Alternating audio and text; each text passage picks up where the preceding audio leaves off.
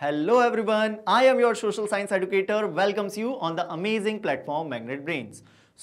जैसा कि आप लोगों को पता होगा, हमने लास्ट वीडियो में कवर कर लिया है When does our nature become resource? और अगर आपने अभी तक वो वीडियो नहीं देखा है तो आप आई बटन पर क्लिक करके इस वीडियो को देख सकते हैं। अब हम चालू करने वाले हैं हमारा आज का नया टॉपिक, जिसमें हम देखेंगे कि एक्चुअल में रिन्यूएबल और नॉन रिन्यूएबल रिसोर्सेस क्या होता है।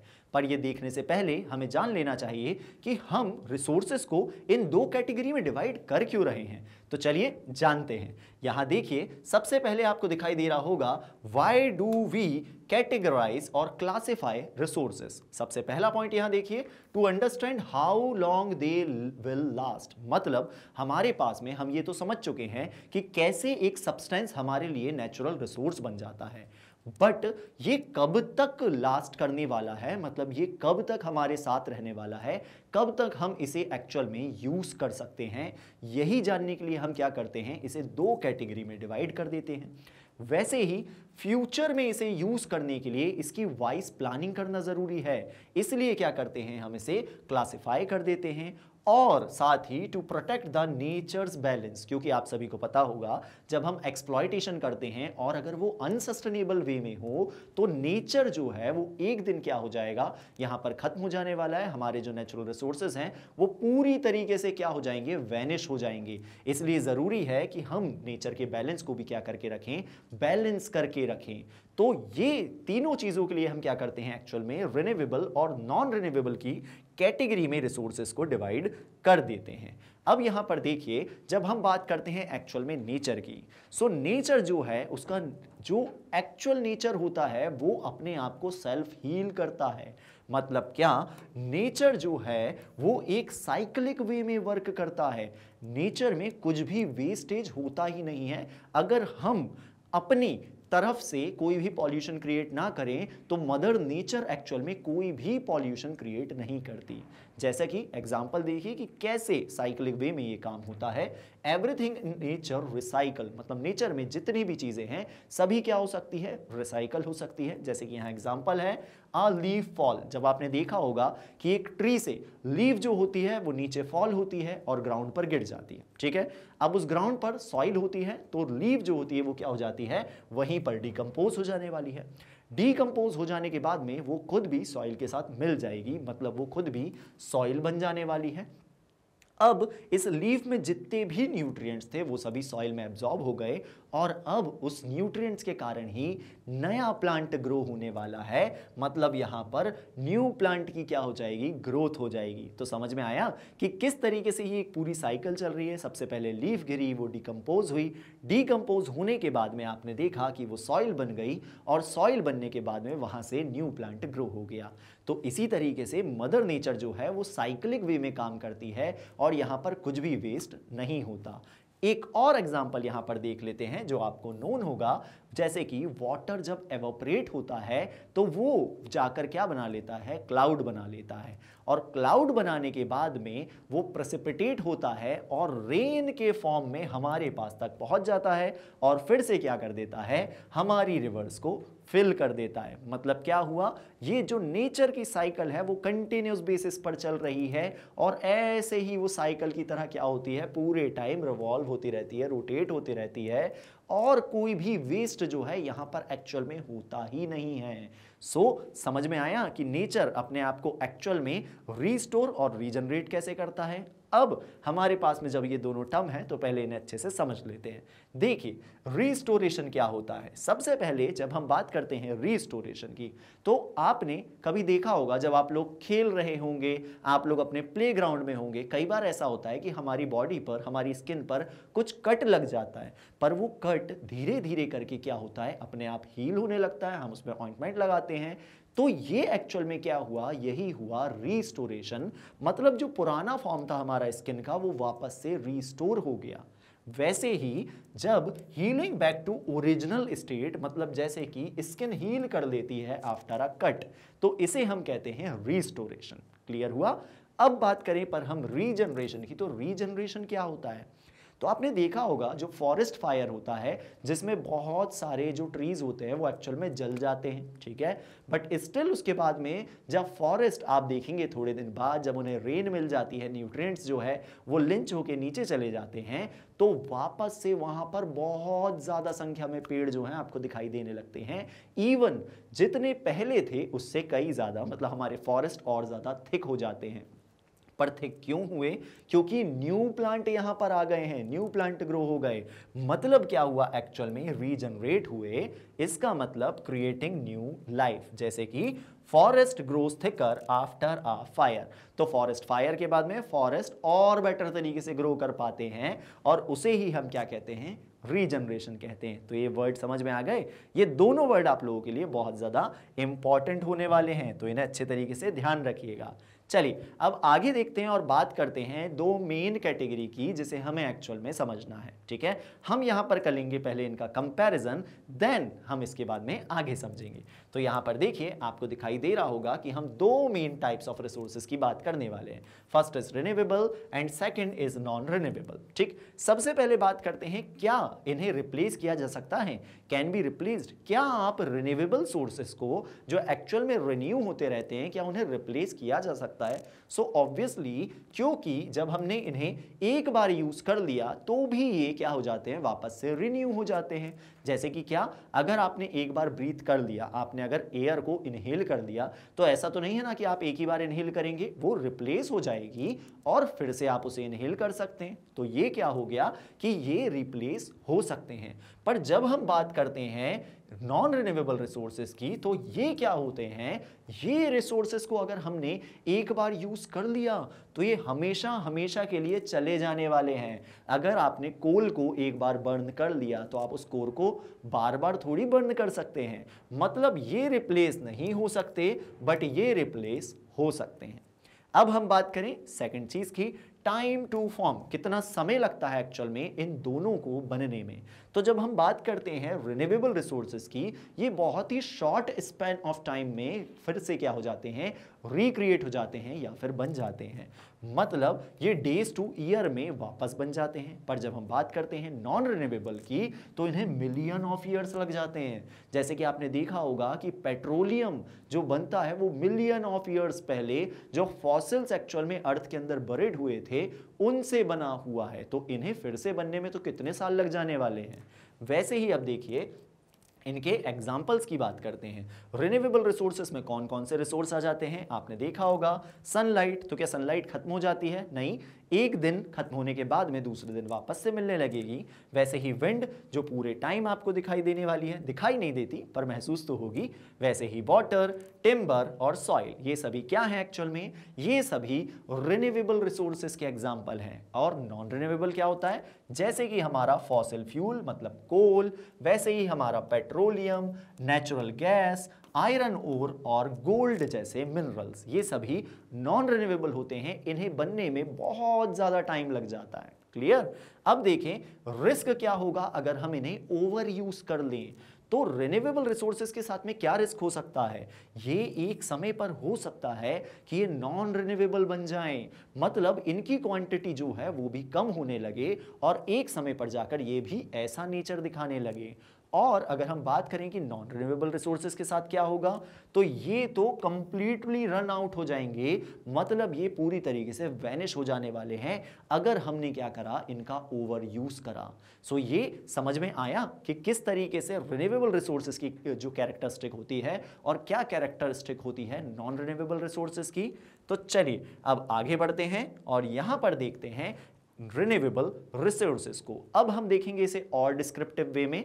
तो यहां पर देखें renewable resource which are replenished by nature in a short period of time are called renewable resources। ये डेफिनेशन आपको हमेशा याद रखनी होगी कि renewable resources एक्चुअल में क्या होते हैं? वो रिसोर्सेज जो अपने आप को रेप्लेनिश कर लेते हैं, मतलब वापस से आ जाते हैं with in a short period of time, उन्हें ही हम नेचुरल जो रिन्यूएबल रिसोर्स हैं वो कहते हैं। क्लियर हुआ? अब यहां पर देखें resource how it renews. Example of vice use मतलब हम इन्हें कैसे बेटर तरीके से यूज करेंगे, और अगर हमने ओवर यूज करा तो क्या हो सकता है, क्या डेंजर है, क्या खतरा है। तो चलिए एक एक करके इन पॉइंट को समझते हैं। सबसे पहले बात करेंगे हम अपने एक बहुत अच्छे रिसोर्स की, जो होने वाला है सोलार एनर्जी। सोलार एनर्जी को ये एक्चुअल में रिन्यू कैसा होता है, तो सन जो है वो डेली शाइन करता है, ये तो हमें पता है। तो सन ऐसा तो नहीं कि एक दिन शाइन करेगा एक दिन नहीं करेगा, या फिर बहुत दिन बाद शाइन करने वाला है। सन तो एक्चुअल में डेली शाइन करने वाला है, तो ये डेली ही रिन्यू हो जाता है। वैसे ही आप एग्जांपल में देखें तो यहां पर उनका वाइस यूज कैसे कर सकते हैं, सोलार पैनल ऑन रूफटॉप। आपने देखा होगा ना, आपके घर के आसपास या फिर आपके घर पर भी सोलार पैनल्स लगे होंगे, जिससे सोलार एनर्जी को एक्चुअल में इलेक्ट्रिसिटी में कन्वर्ट कर दिया जाता है। अब अगर हमने इसे वाइसली यूज नहीं करा तो इससे क्या होने वाला है, अगर हमने इसका ओवर यूज करा तो क्या होगा, कुछ नहीं होगा, क्योंकि इसकी सप्लाई तो इनफाइनाइट है। क्योंकि ये क्या है, ये हमारा एक रिन्यूएबल रिसोर्स है। अगर हम इसे यूज करते भी रहेंगे कंटिन्यूस बेसिस पर तो भी ये खत्म नहीं होने वाला है, बट स्टिल हमें वाइसली यूज करना चाहिए। दूसरी चीज की बात करेंगे, हमारा दूसरा रिसोर्स मतलब विंड। अब विंड जो है वो कैसे रिन्यू होती है, सबसे पहले ये जान लेते हैं। So air keeps moving due to heat from sun. अब आप लोगों को ये पता होगा कि जो विंड होती है वो एक्चुअल में हमारे अर्थ में कंटिन्यूस वे में क्या करती रहती है, मूव करती रहती है। क्योंकि जहां पर भी ज्यादा हीट होती है वहां लो प्रेशर जोन बनता है और वहां पर विंड ट्रेवल करके चली जाती है। मतलब ये हमारे पूरे अर्थ में क्या करने वाली है, घूमते रहने वाली है। ठीक है, अब हम देखें कि इसका वाइस यूज कैसे किया जाता है। हम ऐसा क्या करते हैं, तो आपने देखा होगा कि जो विंड मिल्स होती है, मतलब बहुत बड़े बड़े आपने ऐसे टावर देखे होंगे, उन पर बहुत बड़े बड़े जो हैं वो विंड मिल्स लगे होते हैं। विंड की मदद से वो घूमते हैं और उससे क्या होता है, इलेक्ट्रिसिटी प्रोड्यूस हो जाती है। ठीक है, अब अगर हम इसे ओवर यूज करें तो क्या ये खत्म हो जाने वाली है, ऑब्वियसली नॉट, ये भी खत्म नहीं हो सकती, क्योंकि ये क्या है, ये भी तो एक रिन्यूएबल रिसोर्स है।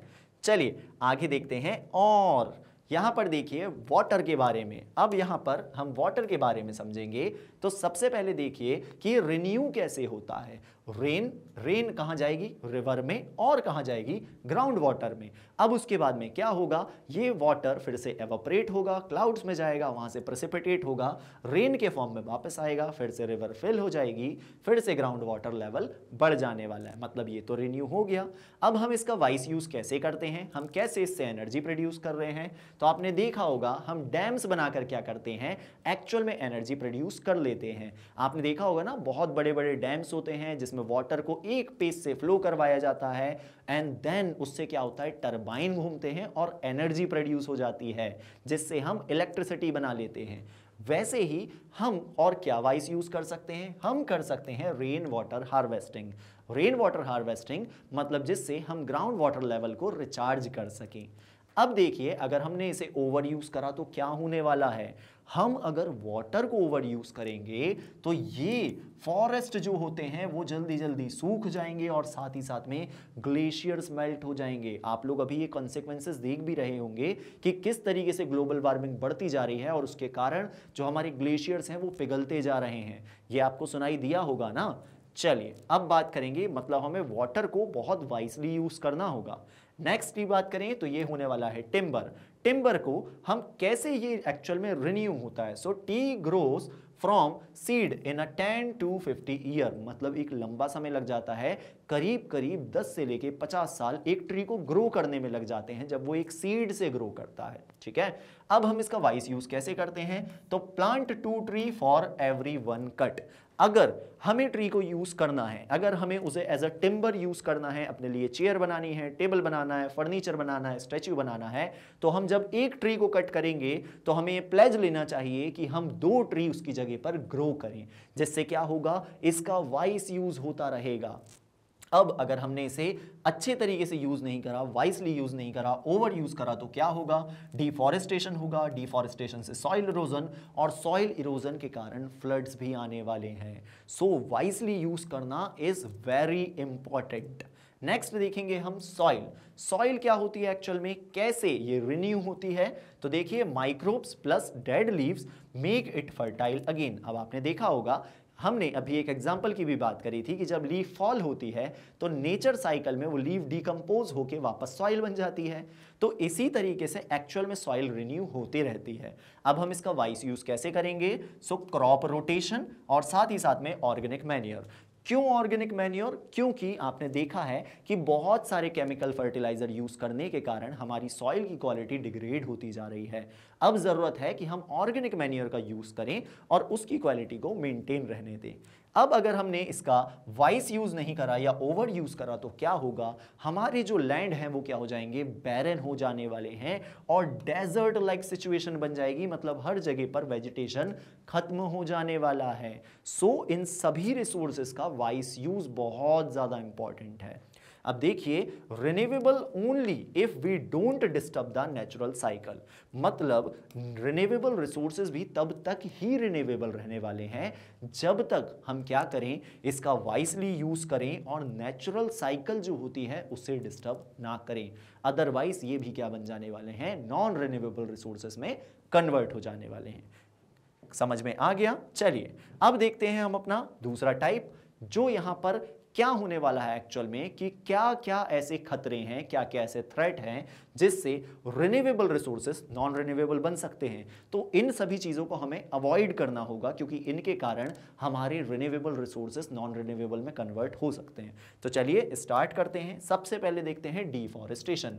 ये आपको पता होगा कि हम क्या कर रहे हैं? कंटिन्यूस बेसिस पर ज्यादा क्रॉप ग्रो करने के लिए, फूड ग्रो करने के लिए, उसे फील्ड में कन्वर्ट करने के लिए या फिर हमारे रहने के लिए ट्रीज को, फॉरेस्ट को कंटिन्यूस बेसिस पर कट करते जा रहे हैं, मतलब डिफॉरेस्टेशन करते जा रहे हैं। ठीक है, trees cut faster than they grow, मतलब फॉरेस्ट क्या हो जाएंगे? एक समय पर आकर वैनिश हो जाने वाले हैं। Himalayan glaciers melt due to the climate change, less river water. अब अगर हम इसी तरीके से डिफॉरेस्टेशन करते रहे तो एक्चुअल में क्या होने वाला है? ये जो सारे फॉरेस्ट हैं वो एक दिन वैनिश हो जाएंगे। अगर ये वैनिश होंगे तो रेन नहीं होगी, रेन नहीं होगी तो ग्लोबल वार्मिंग जो है वो और ज्यादा बढ़ जाएगी, जिससे हमारे हिमालयन ग्लेशियर्स और पिघल जाएंगे और उनके मेल्ट हो जाने के कारण धीरे धीरे करके आप देखेंगे कि हमारी रिवर्स में पानी भी खत्म हो जाने वाला है। तो जरूरी है कि हम डिफॉरेस्टेशन नहीं करें। हम अगर ट्रीज को कट कर रहे हैं तो एक वाइस मैनर में यहां पर उसका यूज करें।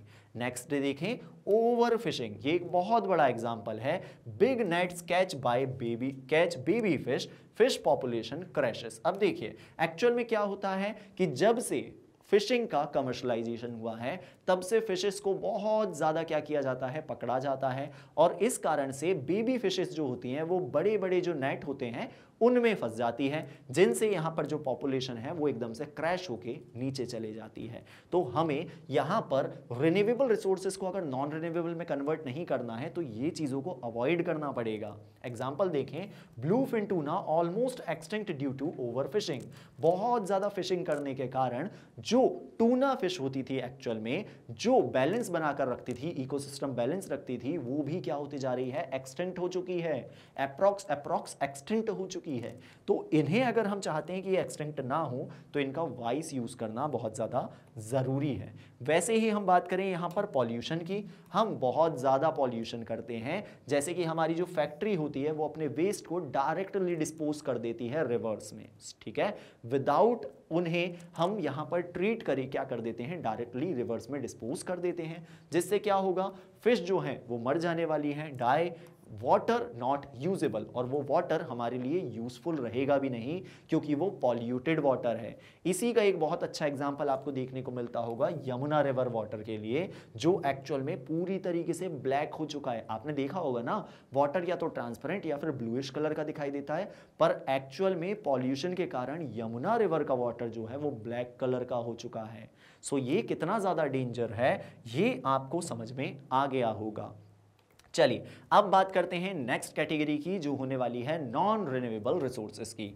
वो रिन्यूएबल रिसोर्सेज जो हैं उन्हें अगर हम सही तरीके से यूज करेंगे तो वो इसमें कन्वर्ट नहीं होंगे, क्योंकि यहां पर आपको देखने को मिल जाएगा कि ये कितने ज्यादा वल्नरेबल हैं। तो चलिए स्टार्ट करते हैं यहां पर और देखते हैं resources which can not be renewed और take million of years to form are called non renewable resources. मतलब वो सारे रिसोर्सेज जो एक्चुअल में रिन्यू नहीं हो सकते या फिर रिन्यू होने में मिलियन ऑफ ईयर्स लगाने वाले हैं, उन्हें हम क्या कहते हैं, नॉन रिन्यूएबल रिसोर्सेज कहते हैं। अब देखिए इन रिसोर्सेज के बारे में, कैसे ये फॉर्म होते हैं, कब तक ये लास्ट करने वाले हैं हमारे इंडिया में, और कैसे इनका वाइस यूज किया जा सकता है। तो सबसे पहला जो हमारे पास रिसोर्स है वो है कोल। अब कोल जो है कैसे वो एक्चुअल में फॉर्म होता है, तो देखिए dead plant buried 300 million years ago, मतलब 300 मिलियन ईयर्स एगो जो प्लांट अर्थ के नीचे दब गए होंगे, सॉइल के नीचे दब गए होंगे, वो एक्चुअल में अब जाकर कोल में कन्वर्ट हुए हैं और अब हम इस कोल को एनर्जी के लिए यूज कर पा रहे हैं। पर ये कब तक ऐसा ही रहने वाला है, ऐसा कितना कोल हमारे अर्थ में स्टोर होगा, तो मैक्स टू मैक्स आप देखेंगे जितना हम करेंटली यूज कर रहे हैं उस हिसाब से तो मैक्स टू मैक्स ये 50 ईयर्स और अवेलेबल रहने वाला है। उसके बाद में पूरी तरीके से एक्सटिंक्ट हो जाएगा, वैनिश हो जाएगा। अब हम इसका वाइस यूज कैसे कर सकते हैं, तो देखिए हम इसे कम से कम यूज करें और हम क्या करें, जो फ्यूल होता है एनर्जी के लिए उसे स्विच कर लें हम सोलर एनर्जी और विंड एनर्जी, मतलब हम रिन्यूएबल रिसोर्सेज को यूज करना स्टार्ट कर दें, जिससे कोल को हम और ज्यादा दिनों तक क्या कर सकें, यूज कर सकें। अब वैसे ही हम बात करेंगे किसकी, पेट्रोलियम की। पेट्रोलियम जो है वो एक्चुअल में कैसे फॉर्म होता है, तो देखिए जो डेड सी एनिमल्स थे वो जब ओशियंस के अंदर बरीड हो गए थे, दब गए थे, फिर उन्हें मिलियन ऑफ ईयर्स लगे और वो किस में कन्वर्ट हुए, पेट्रोलियम में कन्वर्ट हुए। अब ये पेट्रोलियम भी कितना रेयर है ना एक्चुअल में, ये कितने ईयर्स तक रह सकता है ज्यादा से ज्यादा, तो ये भी 40 to 50 ईयर्स तक हमारे लिए अवेलेबल रहने वाला है। अब हम इनका वाइस यूज कैसे कर सकते हैं, तो जैसा कि आप लोग देख रहे होंगे अब हमारे पास ईवी व्हीकल्स हैं, मतलब हम पेट्रोल और जो भी पेट्रोलियम या फिर डीजल जो ऐसे फ्यूल होते हैं उनका कम यूज करके इलेक्ट्रिक व्हीकल पर शिफ्ट कर रहे हैं। वैसे ही हम सीएनजी और पब्लिक ट्रांसपोर्ट का ज्यादा से ज्यादा यूज करें, जिससे क्या होगा, हम पेट्रोलियम को ज्यादा से ज्यादा बचा पाएंगे। चलिए अब बात करते हैं और कुछ रिसोर्सेज की जो होने वाले हैं, जैसे कि नेचुरल गैस।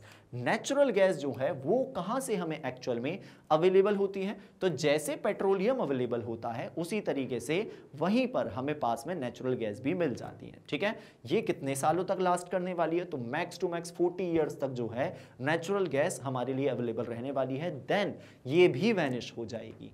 अब देखें कि हम इसका वाइस यूज कैसे कर सकते हैं, जैसे कि कुकिंग के लिए नॉट वेस्टेड इन फ्लेयरिंग, हम इसे फ्लेयर करने के लिए बहुत ज़्यादा वेस्ट ना करें, हम इसका कुकिंग में भी बिल्कुल वाइसली यूज करें। ठीक है, आगे देखें आयरन ओर की बात करेंगे। आयरन ओर जो एक्चुअल में हमारे लिए बहुत ज़्यादा यूजफुल है, क्योंकि हमारे जब भी घर बनते हैं तो आपने देखा होगा आयरन की जो रॉड्स होती है वही तो हम लोग यूज़ करते हैं। तो देखिए ये एक्चुअल में कैसे बनता है, फॉर्म्ड इनसाइड अर्थ क्रस्ट। तो जो हमारी अर्थ की क्रस्ट होती है, जो डिफरेंट डिफरेंट लेयर्स होती है, उसमें आयरन पाया जाता है और हम वहां से एक्सट्रैक्ट करते हैं। ये कितने साल का रहने वाला है, तो ये मैक्स टू मैक्स 100+ ईयर्स तक रहेगा, अगर ये रिसाइकल होता रहता है तो ही। अब हम इसे यूज कैसे कर सकते हैं, तो हम स्टील को रिसाइकल कर सकते हैं। कोई भी अगर स्टील का यूटेंसिल हमारे पास है जो हम अब यूज नहीं करते, तो हमें उसे रिसाइकल करवाकर नया यूटेंसिल्स यहां पर बनवा लेने चाहिए। और रिड्यूस न्यू माइनिंग, और अब हमें माइनिंग जो है वो रिड्यूस कर देनी चाहिए, जितना ऑलरेडी हम एक्सट्रैक्ट कर चुके हैं उसे ही रिसाइकल करके यूज करना चाहिए। अब बात करते हैं हम गोल्ड और डायमंड्स की। तो जो ये गोल्ड और डायमंड्स ये तो ऑलरेडी बहुत ही कम मात्रा में पाए जाते हैं, इसलिए तो इतने महंगे हैं ना।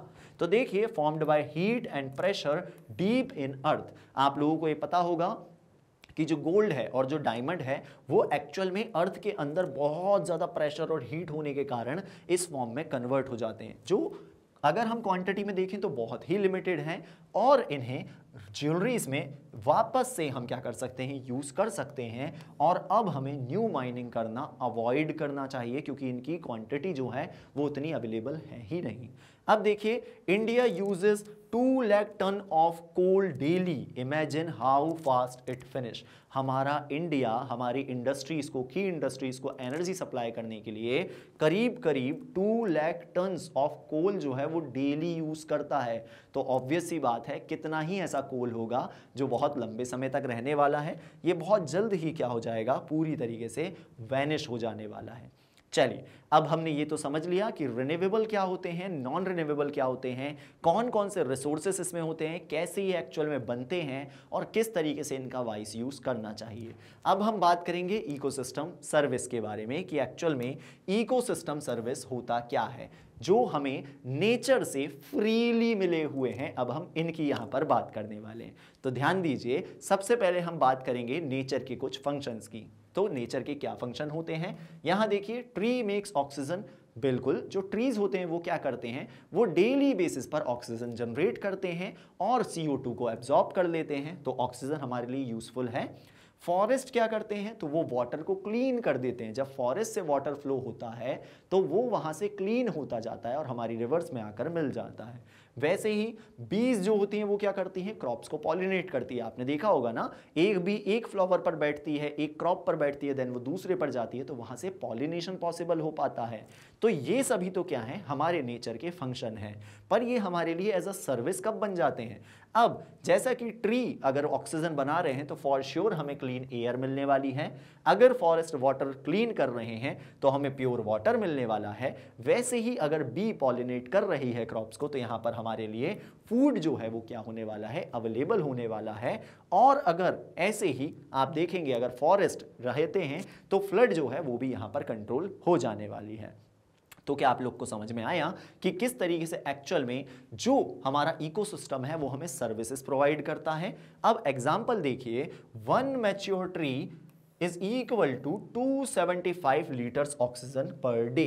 मतलब जो एक मैच्योर ट्री होता है, ये वेरी करता है tree to tree, but still जो एक मैच्योर ट्री होता है वो 275 litres of oxygen daily produce करता है। और एक पर्सन को 350 लीटर्स ऑफ ऑक्सीजन जो है वो पर डे चाहिए होती है। मतलब 1.3 ट्रीज जो है वो डेली वो क्या कर रहा है, उनसे जो भी ऑक्सीजन प्रोड्यूस हो रही है उसे कंज्यूम कर रहा है। सो समझ में आ रहा है कि एक्चुअल में ट्रीज हमारे लिए कितने इंपॉर्टेंट है। अगर ये नहीं होते तो हम तो यहां पर ब्रेथ भी नहीं कर पाते ना। तो चलिए, अब इस पूरे चैप्टर से, इस पूरे टॉपिक से हमें क्या क्या समझ में आया, इस चीज का जिस्ट देख लेते हैं। हमें यहां पर समझ में आ गया, use renewable resources with care so they stay renewable. मतलब अगर हम रिन्यूएबल रिसोर्सेज को अच्छे तरीके से वाइसली यूज करेंगे तो वो रिन्यूएबल रहने वाले हैं, और use non renewable resources slowly until we switch to renewable. और हमें नॉन रिन्यूएबल रिसोर्सेज को तब तक यूज करते रहना है और वाइसली यूज करना है, क्योंकि हम जब तक नॉन रिन्यूएबल की जगह रिन्यूएबल पर शिफ्ट नहीं हो जाते हैं तब तक इनका वाइसली यूज करना बहुत इंपॉर्टेंट है। सो आई होप आपको ये सभी टॉपिक पूरे क्लियर हो गए होंगे। अब अगर आप चाहते हैं ऐसे ही वीडियोस देखना तो आप विजिट कर सकते हैं हमारी यूट्यूब चैनल पर या फिर मैग्नेट ब्रेन्स के ऐप पर और मैग्नेट ब्रेन्स की वेबसाइट पर। यहां पर आप सभी के लिए अवेलेबल हैं ये सारे courses, quality with high quality and 100% free.